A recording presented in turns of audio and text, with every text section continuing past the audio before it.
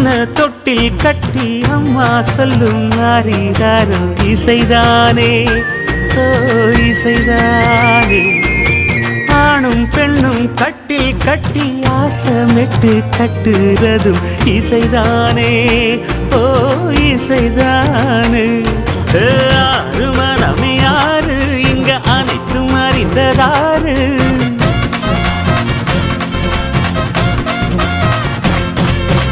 அறிவை திறந்து பாரு அதில் இல்லாதத சேரு.